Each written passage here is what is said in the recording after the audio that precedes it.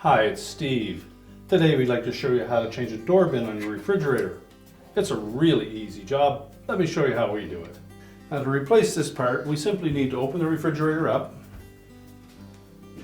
And if you're just adding an extra door bin to the door, simply drop it into the position that you want. Make sure it's tight up against the back of the liner, and then press it down until it locks in place.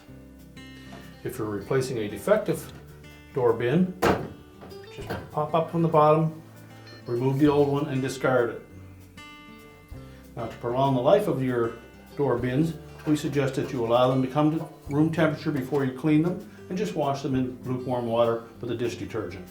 As well, make sure that you don't overload them and make sure that your drawers are pushed firmly back into place before you close the main door of your refrigerator. Your repair is complete.